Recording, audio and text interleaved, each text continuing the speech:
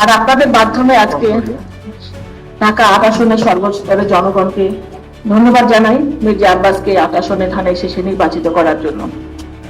প্রিয় সাংবাদিক বন্ধুরা, আপনারা হয়তো নোটিস করেছেন কিছুদিন যাবৎ সোশ্যাল মিডিয়া একটি ব্যাপার খুব ঘুরপাক খাচ্ছিল ভোটের কিছু অনিয়ম নিয়ে।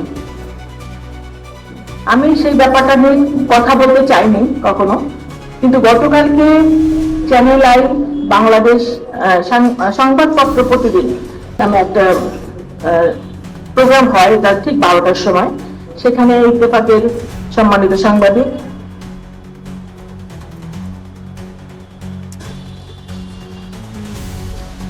সালাউদ্দিন ভাই, উনি গেস্ট ছিলেন, হোস্ট ছিলেন আমাদের মানব জমিনের জনাব মতিউর রহমান ভাই।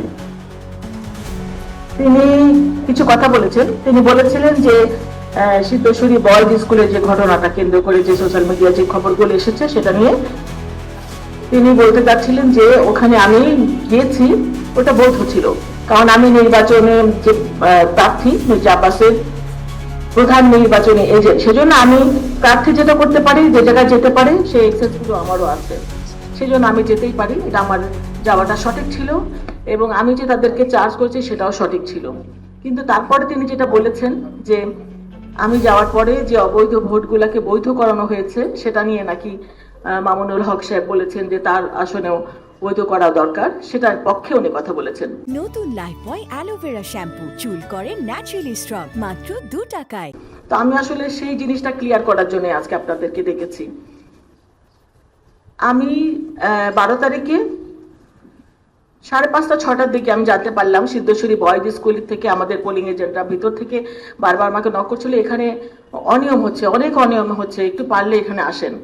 আমি তখন দৌড়ে চলে গেলাম, গিয়ে আমি দরজা নক করছি, বারবার নক করছি, অনেকক্ষণ প্রায় আধা ঘন্টা পরে দরজাটা খুললো, ভিতরে যেতে দিবেই না। তারপরে গেলাম, ওখানে প্রিজাইডিং অফিসার ছিল শামসুল ইসলাম ইসলামী ব্যাংকের, এবং প্রায় 5-6 জন বিদেশি পর্যবেক্ষক ছিলেন ওই রুমটার মধ্যে, ওখানে কাউন্টিং হচ্ছিল। তখন আমাদের যে ধানের শেষের এজেন্ট তারা বলছিল যে এখানে 25 থেকে 27টা ভোটকে তারা বাতিল করে দিয়েছে, যে ভোটটা ওই যে গ্যাপ সাদা জায়গাটা সিল মেরেছে জন্য সেগুলোকে বাতিল করে দিয়েছে। কিন্তু আমি রওনা হওয়ার আগে জানতে পেরেছিলাম যে নির্বাচন কমিশন থেকে ওই ভোটগুলোকে বৈধ করার জন্য রিকোয়েস্ট করা হয়েছে। তখন আমি প্রিজাইডিং অফিসার শামসুল ইসলামকে বললাম যে এই ভোটগুলো তো নির্বাচন কমিশন থেকে বৈধ করার জন্য বলা হয়েছে। উনি বললেন যে আমরা এরকম কোনো নির্দেশনা পাইনি। তখন রিটার্নিং কর্মকর্তা এই সময় আমার মোবাইলে ফোন দিলেন। আমি তখন বললাম যে ভাই, এখানে তো রিটার্নিং কর্মকর্তা শামসুল ইসলাম, উনি কথা শুনতে চাচ্ছেন না, উনি এগুলোকে মানতে রাজি না। তখন উনি বললেন ওনাকে ফোনটা দেন। আমি ফোনটা সাইফুল ইসলাম, আমি স্পিকারে রেখেছিলাম ফোনটা। আমার স্পিকারে বিদেশি পর্যবেক্ষকরা শুনছিলেন, বিভিন্ন প্রার্থীর এজেন্টরাও শুনতে পাচ্ছিলেন, ধানের শেষের এজেন্টরাও শুনতে পাচ্ছিলেন, এবং ওই কক্ষের ভিতরে যারা ছিলেন সবাই স্পষ্ট শুনতে পাচ্ছিলেন যে স্পিকারে রিটার্নিং কর্মকর্তা বলছিলেন যে নির্বাচন কমিশন থেকে নির্দেশনা এসেছে এই ধরনের ভোটগুলোকে বৈধ করে দিতে। এখন এটা বাস্তবায়ন করবেন কি না করবেন সেটা সম্পূর্ণ আপনার ব্যাপার। তারপর উনি ফোনটা রেখে দিলেন। সেই শামসুল ইসলাম বললেন যে আমি এটা মানতে রাজি না। আমি বললাম আপনি কেন মানবেন না? বললো আমি নির্বাচন, আমার সাথে তো সরাসরি কথা হয়নি, অন্য কারো, আমার উপরেও একজন কর্মকর্তা আছেন ম্যাজিস্ট্রেট, তিনি আসুক তারপরে আমরা ডিসিশন নেব। তা আমি বললাম সেই ম্যাজিস্ট্রেটকে কল করেন। উনি অনেকবার কল করেন, কল করে বলে আসছেন। তারপর অনেকক্ষণ পরে সেই একজন মহিলা আসলেন ম্যাজিস্ট্রেট। উনি এসে, ওনার নামটা আমার ঠিক খেয়াল নেই, সাম আফরোজা হবে, উনি এসে বললেন যে না, এই ভোটগুলো সব বৈধ হবে, বৈধ করে দেন। কিন্তু তারপরে ওই শামসুল ইসলাম কিন্তু বললেন যে না, এই ভোট, উনি ওনার সাথে তর্কাতর্কি করলেন, মানে বললেন যে বৈধ হবে না। কিছুক্ষণ পরে ওই ম্যাজিস্ট্রেট তখন বললেন যে আমার আর একটা জায়গায় একটা অনিয়ম হচ্ছে, আমি ওখানে একটু চলে যাই। তখন আমি বললাম যে আপনি এই জিনিসটা মানে সলিউশন না করে আপনি চলে যাচ্ছেন, তাহলে এটা কি হবে? তখন উনি বললেন যে আমি কিছুক্ষণ পরে আবার আসছি। তখন উনি চলে গেলেন, আর আসলেন। তখন আমি এই প্রিজাইডিং অফিসারকে বললাম যে আপনি এখন কি ডিসিশন নেবেন? উনি বললেন যে না, আমি সব একদম সিএসি বা সচিবের সাথে কথা না বলে আমি কোনো কাজ করব না, মানে উনি কারো কথা শুনতে রাজি না। তো ওখানে আমি তো প্রায় আধা ঘন্টার উপরে ছিলাম হয়তো। তখন আমাদের ছেলেপেলেরা যারা পোলিং এজেন্ট ছিল তারা বলছিল যে এখানে অনেক ভোটের ব্যবধানে আমরা এগিয়ে আছি। আর এই ভোটগুলো দিবে কি দেবে উনি মানে আমার সাথে তর্কাতর্কি হচ্ছিল, যে আমি বলছিলাম যে আপনি যেটা লিগ্যাল সেটা করেন, যেটা আপনাদের নির্দেশনা সেটা আপনারা মানেন। উনি মানবে না, যখন মানবে না আমি চলে এসেছি। ওখানে কিন্তু একটা ভোটও ওরা বৈধ করে নাই, 25 থেকে 27টা ভোট। এবং আমার কাছে তারপরে 7:30 8টার দিকে ফোন আসছিল আমাদের পোলিং এজেন্টদের, যে আমাদেরকে এখন জোর করে বের করে দিচ্ছে, লাইট অফ করে দিয়েছে, সিগনেচার নিয়ে নিয়েছে, আমাদের এখন আর কিছু করার নাই। এই সাইফুল ইসলাম সবাইকে তারপরে বের করে দিয়েছে, লাইট অফ করে দিয়েছে, এবং একটা ভোটও ওখানে বৈধ হয় নাই। তো যেটা সোশ্যাল মিডিয়ায় ছড়াচ্ছে যে আমি যাওয়ার পর ভোটগুলা বৈধ হয়েছে আর তারপরে মির্জা আব্বাস নির্বাচিত হয়েছে, এটা ঠিক নয়। আমি আমি আমি মানে ভেবেছিলাম না, ভাবছি মানে এটা নিয়ে যে আপনাদের সাথে কথা বলতে হবে, এটা আমি আশা করি নাই। কিন্তু কালকে যখন আমি ওই চ্যানেল আই এর নিউজটা আমি মানে সংবাদপত্রে ওনার কথা যখন শুনলাম, ওনার নাম হলো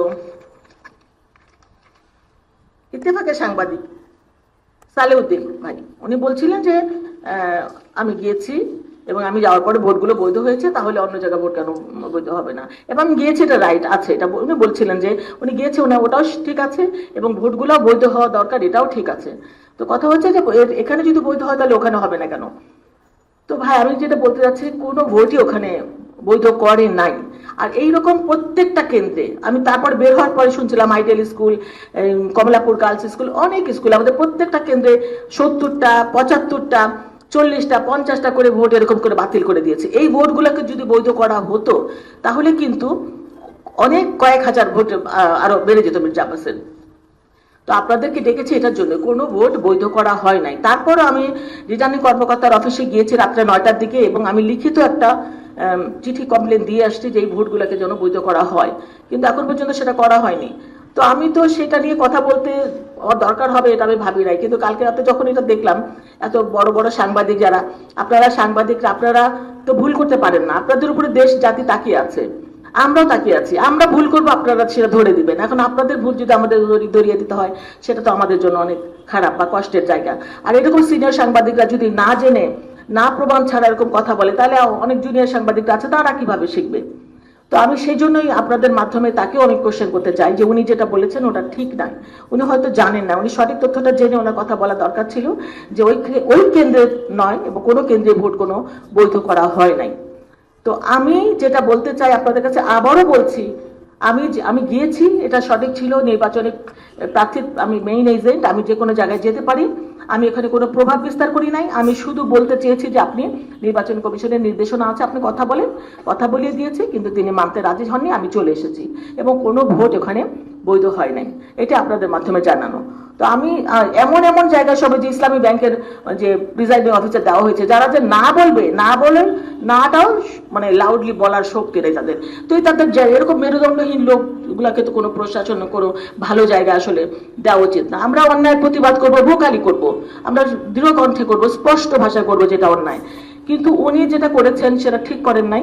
আর এই বড় বড় সাংবাদিকরা, আমিও বলবো আপনারাও একটু জেনে শুনে কথা বলবেন ইনশাল্লাহ। সবাই তো সমান হয় না, বড়দের দেখে ছোটরা শিখে, তা আমরা যদি বড়রা যদি ভুল করে তাহলে ছোটরা কি শিখবে?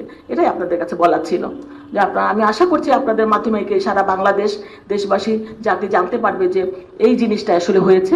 আমি যাওয়ার পর কোনো ভোট এখানে বৈধ হয় নাই, এবং আমি না যাওয়াতেও কোনো কেন্দ্রের কোনো ভোটই বৈধ করেনি। ওরা যদি করে সেটা ভালো, তাহলে অনেক ভোট বেড়ে যাবে, কিন্তু সেটা তো হয়নি। কিন্তু এইটা প্রচারটা চলছে যে আমি যাওয়ার পর ভোটটা বৈধ হয়ে গেছে, কোনো কিছু হয়নি এরকম। ধন্যবাদ আপনাদের সকলকে আন্তরিকভাবে, এবং এই কষ্ট দেওয়ার জন্য আমি আন্তরিকভাবে দুঃখ প্রকাশ করছি। আর আশা করছি আপনাদের মাধ্যমে দেশ এবং জাতি সত্যটা জানতে পারবে। ধন্যবাদ আপনাদের সবাইকে। আসসালামু আলাইকুম।